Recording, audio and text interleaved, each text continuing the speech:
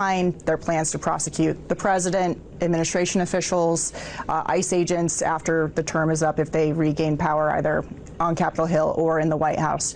Do you believe that's a possibility? And what can be done to prevent this kind of political retribution from Democrats? Well, do I believe it's a possibility that the Democrats will go after President Trump, his family, anybody that knows him, anybody that worked for him? I think they've proven that to be true. And what can we do about it is we can just keep on exposing. When we learn about the weaponization that happened for many years, we can keep on exposing it and putting roadblocks in place so it never happens again. I don't worry about, for myself, what happens in the future. I worry about this country.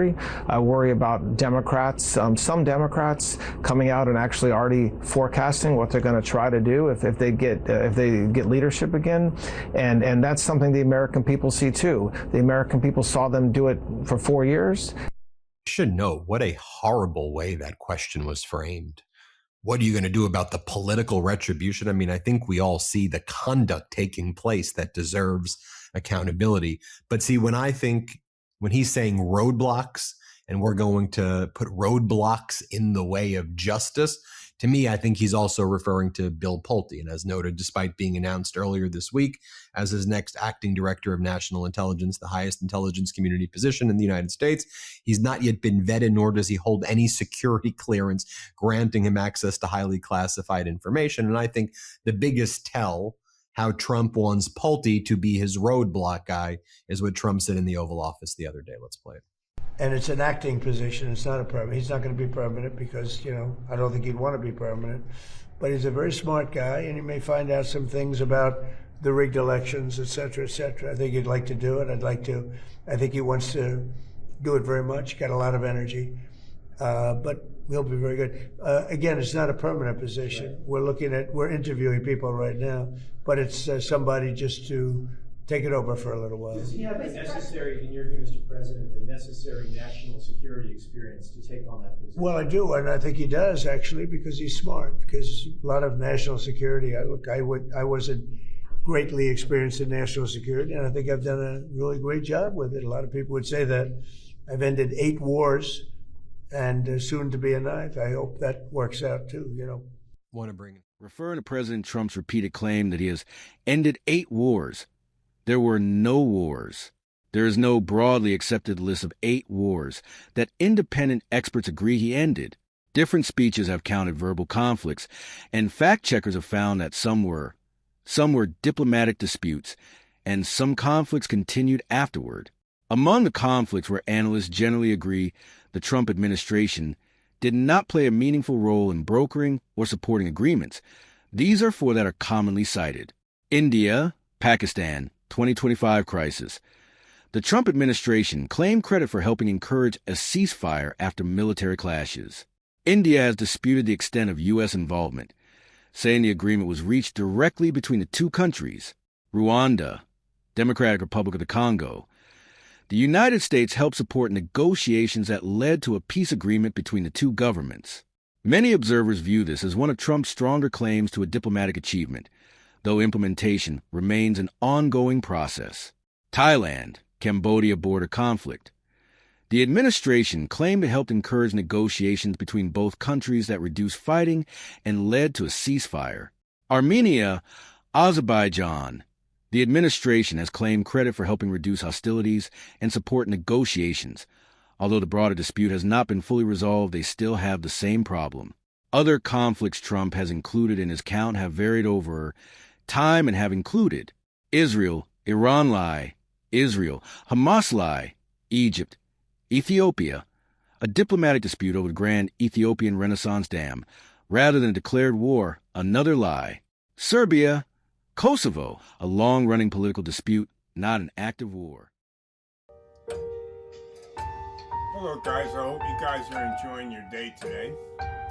I've been doing a lot of thinking about these millionaires and billionaires. Do you realize that these billionaires, millionaires, aren't as smart as you think they are? These are the people that if put in our position the way we live, in this world. They live in their world. Okay, their world is like a fantasy come true because they have all this money, they have all this control over the people, or they want control over the people. This is why. All right, let me put this another way. If billionaires and millionaires were thrown into our world, do you think they could survive?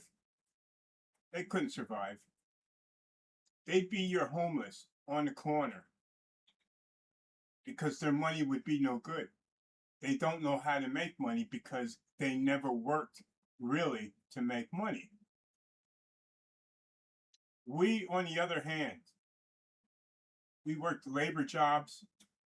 We know how to build. We know what to do when certain situations come up where it might harm us. Billionaires and millionaires don't know anything about that. And on top of that, their billions and their millions, they make off of us. They make off of our labor. Do you think that they would be able to go out there and lay brick? Do you think for one moment that they can climb up on top of a roof and replace shingles or slate? Do you think that they can go up there and rebuild your chimney or sweep your chimney or anything like that? They would be like toddlers in the world, not knowing anything. What they know how to do, or what they think they know how to do, is make more money. They have more money than what they can even spend. They do it for their kids, so their grandkids and their kids become just as lazy and worthless as they are. Look at Donald Trump. He's a real piece of shit from his father giving him money. He never really earned any money. Never.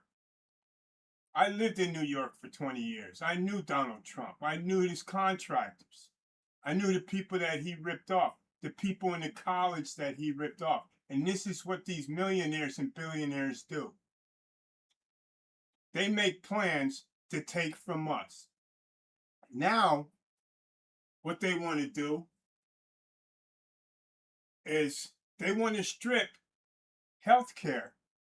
They want to strip Social Security. Now, the Social Security that you worked hard all your life, from the time you were 16, if you started working at 16 and you got that paycheck, and then you looked on your paycheck stub and it said Social Security with money taken out. And every week after that, every 2 weeks after that, you looked on that pay stub, Social Security taken out. We earned Social Security. That is our money that they are trying to take away, that Donald Trump is trying to take away. They spend all their lives trying to rip us off. They don't want to even give us health care. We're the ones that made them millionaires and billionaires, but they don't want to give us health care. They want to strip our health care. They want us weak and sickly. Look, what's going on right now with the Trump regime is that they are trying to take us. They're trying to take us. Donald Trump is doing everything that he can to take from America. He does not give a shit about us. If he did, he'd be working on these food prices. He'd be working on this gasoline. He wouldn't out be starting wars trying to keep his ass out of jail like Netanyahu. Netanyahu is the only reason why he's committing all these crimes, these war crimes, is because he's trying to stay out of jail in Israel. That's what he's trying to do. My partner in life is from Tel Aviv. Very beautiful, bright woman. She's grown up in a country where they had to work hard. that they had to strive for what they want. They needed education in these smaller countries, and this is what she did. She even was in the military in Israel. She's an amazing woman. She came here to America, and she has worked for the past 50 years. She has worked 50 years in the United States to get what she wants. And she worked hard for it. She went to school here for it.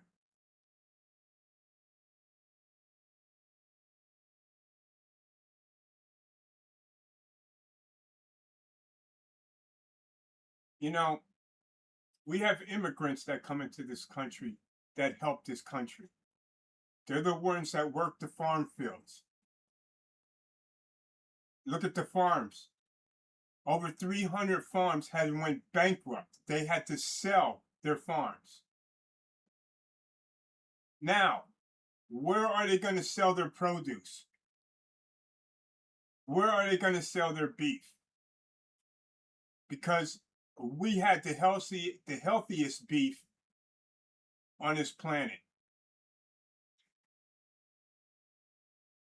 Now with Donald Trump and his regime cutting everything that make us healthy, it's not there anymore. Because Donald Trump cut it.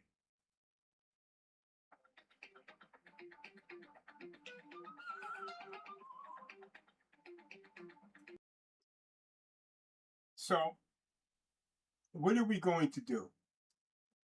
Are we going to sit back and let millionaires and billionaires take more advantage of us than what they have over the hundreds of years? They are the minority, not us. We are the majority. The 1% is the minority, and they are trying to take more than what they deserve. Are we going to sit back and let that happen? Are we going to sit back and let people like Trump and Trump himself steal more from us, make us weak, put us out there to die without health care, without our Social Security, which we worked all our lives for? Are we going to sit back and let them do this to us? And we're going to lead up to what we have to do and address. The largest spending items, the reason we're in trouble is because over 74% of federal spending is on autopilot, mandatory spending. That's your entitlement programs like Medicare, Medicaid, and then things like Social Security. They have to be adjusted and fixed. We have a plan to do that next year, and it's critical because we're at 40 trillion plus, and then we're going to lead up to what we have to do and address. The largest spending items, the reason we're in trouble is because over 74% of federal spending is on autopilot, mandatory spending. That's your entitlement programs like Medicare, Medicaid, and then things like Social Security. They have to be adjusted and fixed. We have that next year. I think not. Listen, guys, we have to get rid of them. Okay? We have to put them back on the fucking shelf where they belong. Where they were 10 years ago. Where you didn't hear anything about them. They opened up their companies and stuff like that. We worked in their companies. They paid us. Let's go back to the normal life. Let's go back to the normal life. Not these greedy fucking billionaires who are trying to take more than what they deserve. Let's vote on that primary for the Senate and for the House. Let's vote so the people that we elected into office look after us. Not these fucking greedy ass Republicans that are backing Trump in everything that he does to take everything from us. Let's not put up with it anymore. That is not us. We are the strongest on this planet.